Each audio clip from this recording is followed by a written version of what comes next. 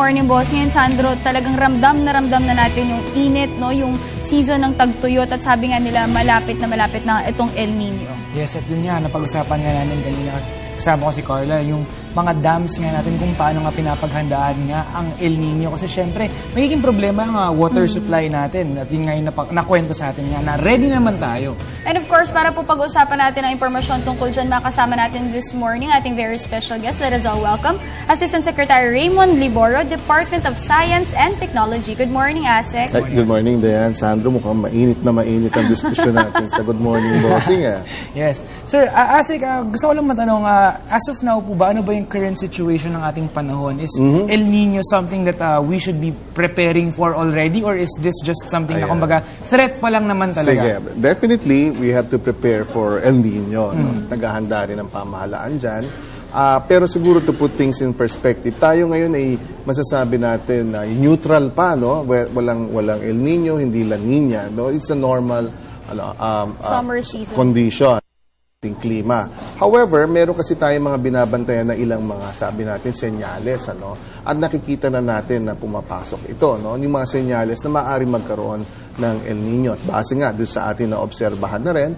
At even yung mga dalubhasa from here at even sa mundo, nakikita na nga na ang almost certain, ano, ang pagpasok ng El Nino event or El Nino phenomenon dito sa ating area, no? So, at generally, ano bang sinasabi pag El Nino? Umiinit yung ating karagatan, no? Ang karagatan po yan, nakatingin po kayo sa mapa, ito po yung nasa bandang kanan, ano? At kapag nangyayari ito, no? Kapag nangyayari ito, yun, nagkakaroon ng erratic weather patterns, no? Generally, ang characteristic nga nito ay less than average rainfall. So, kung tayo ay neutral pa lang, ang ibig lamang sabihin nito, hindi po postponed ang rainy season. Meron pa rin pong rainy season. In fact, inaasahan natin, Dayan at Sandro, no, na by before the end of May or even the start of June, yung onset na naman ng ating rainy season. Uulan pa po, no? At kaya nga, kailangan naman lang tayo maghanda kasi we have to manage, no, itong mga pag-ulan din dito. Sabi kanina yung guest natin sa NAPOCOR, yun naman ang kanilang yung kanilang mission. How do you manage these resources para pag dumating yung inaasahan, no, na peak ng El Nino, which will happen, no, unfortunately doon sa mga Burr months, no, October, November, December, the last quarter of the year, kung saan doon siguro mas mararamdaman, ano, na mas magiging kaunti na ang pagulan. So yung mga dams natin, inaasahan natin, ano, na makakabawi yan, ano, dito yung kanilang levels, no, and we hope na yung pagbawi na ito, yung level na marireach po nila would be maximum or enough para naman maitawid tayo, no, doon sa panahon ng masasabi nating peak ng El Nino. Yes, ASEC, but can we say na talagang ready na po ba tayo to face El Nino just in case ito nga papasok na siya? And ano po yung mga preparations, lalo na yung mga viewers natin na hindi rin talaga aware kung ano ba dapat yung paghahandang kanilang dapat gawin? Una, ang El Nino po ay hindi lamang ngayon nangyayari sa ating bansa, no? Sa 5 dekada, marami na pong pagkakataon na nagkaroon ng El Nino. Meron pong, marahil maalala po ninyo talaga yung mga panahon na tagtuyot, ano? Subalit, meron din tayo na-observe, no, ng mga nasasabi na ang El Nino po ay nakakategorya rin sa maaring weak siya, moderate, at strong, yes. Ano?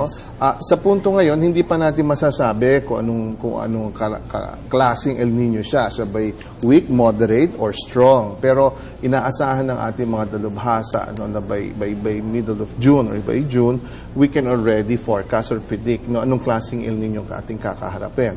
Now, which brings me to this, ano, kasi sabi, naranasan na natin yan. In fact, ang ilang pinakamatitinding El Nino episode was nung recent 2009-2010 at nagkaroon din nung 1997-1998, ano, tumawid yan sa dalawang taon.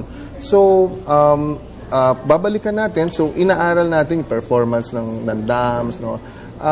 Tayo rin po, no, bilang mamamayan, isipin din natin ano ba mga ginawa nating paghahanda noong mga panahon na yon. Ngayon, sinasabi na of course on the water management, do sa punto ng water management, yun talaga ang ng pamahalaan na tinitingnan natin pagkat portion dam kung saan nanggagaling ang kuryente at mga pang-agrikultura at yung tubig lalo na tubig pangtahanan, no, ay kailangan ma-manage ng mas mabuti. yung mga kaparaanan para ma-increase ang water. Sabi nga, water in, water out lang yan. So more water should come in.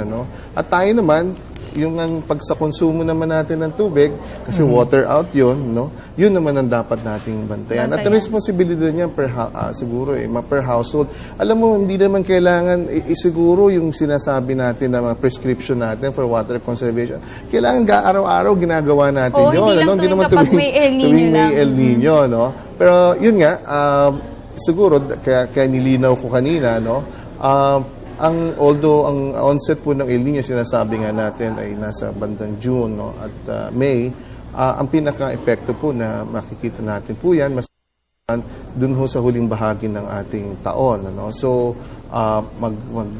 tama po na mag-conserve po tayo pagkat ma-maintain natin ng magandang level ng hindi natin, kumbaga, wag nating hayaan di sumadsad ng todo yung level ng ating Pero Asek, kasi yung iba natatakot sila na dahil ito paparating El Nino, buti na lang nailinaw din ngayon sa atin ni Asek Sandro na tuloy pa rin naman yung rainy season itong June, May July. experience pa May rin natin. experience pa rin natin at hindi pa rin ganun kainit. Opo. In fact, kahapon nga po, siguro napag-usapan mo yung paghahanda. Pero actually, since po kasi nagsimula itong taon na ito, ay inaantabayanan nga po natin ito, matindi natin binabantayan. Yung mga senyales po, I think January pa lang, na-announce na namin sa DOST, itong mga pagtaya natin ng posibleng El Nino. Kahapon lang si Secretary Babe Singson kinonvene ang isang yung grupo na concerned sa water sector natin. Nandun yung mga water concessionaires, I think NPC was also there, andun ang NWRB, ang NIA. So, ayun, mabigyan din namin ng paliwanag ang lahat, kung ano yung mga maaaring asahan. So, I think, now more than ever, government is really on the ball dito sa maaaring pagdating ng El Nino. Yes. Asik, ito sabi niyo nga kanina, ang mga business sectors also, especially yung agricultural sector natin, ay maaapektuhan nga nito nga El Nino at ang matinding init.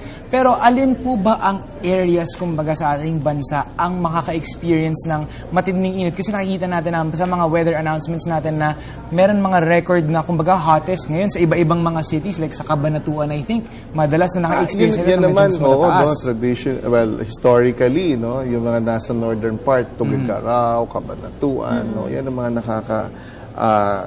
masasabi nga natin, itong summer, exacerbated nga na mas mainit na klima, ng factors, ng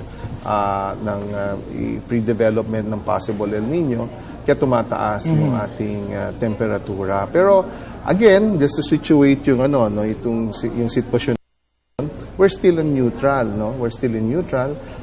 Yung po nararanasan po natin na temperatura, kung maalala po niyo mga nakarang taon, talaga naman, itong mga panahon na ito ay mainit. Mainit. Alright, dito, Sandro, talagang na-discuss natin na hindi naman dapat tuwing El Nino lang papatak tayo magpe-prepare. Dapat all year round, araw-araw yan dapat nagtitipid tayo ng tubig. Lahat yung paghahanda na ginagawa natin. At syempre ngayon naman, Asek, at this point, do you have any message to our viewers? Well, yun po sinasabi lamang po namin. Ang El Nino event po, kaya gusto naming iwaksi sa pag-iisip ng marami na habi nga nila baka postpone yung rainy season. Hindi po, meron pa rin po, kailangan po natin din paghandaan ito. Yes. At yung pong resource po na water, kailangan po lamang natin i-manage mas better this time dahil may inaasahan nga po tayong isang phenomena na makakaapekto dito po sa supply po ng tubig. So, tayo po sa ganang sa ating mga tahanan ay meron din po responsibilidad. Ang government po meron din pong responsibilidad yan at po niya ito. So lahat po ito kailangan po concerned ho ang lahat. So ang huli mo sasabi ko na lamang ang isa kasing epekto ng El Nino yung erratic weather patterns. So mas magnatili po nakatutok lalo na dito po sa ating PTV at dun sa Pag-asa, sa DOST Pag-asa for yung mga regular advisories po natin. We will be coming up with a regular El Nino Watch o El Nino Advisory. So, manatili lamang po kayong nakaabang dyan, nakatutok dyan, para lagi kayong updated sa mga pangyayari. Alright, ayan, at least ngayon alam na nga natin talaga ano nga ang may experience natin at kung paano natin mapapaghandaan itong mga ganitong bagay. Kasi syempre, it's always better for us to be prepared kesa naman yung nagpapanik na tayo pag nandyan ang nangyari yung ganyang klaseng situation at hindi natin alam yung gagawin. So now, as early as now, we know what to do and we can prepare for something like this. Alright, thank you so much for joining us this morning. That was Assistant Secretary Raymond Liboro ng Department of Science and Technology. Yes, thank you thank so you. much, Asek. Thank you.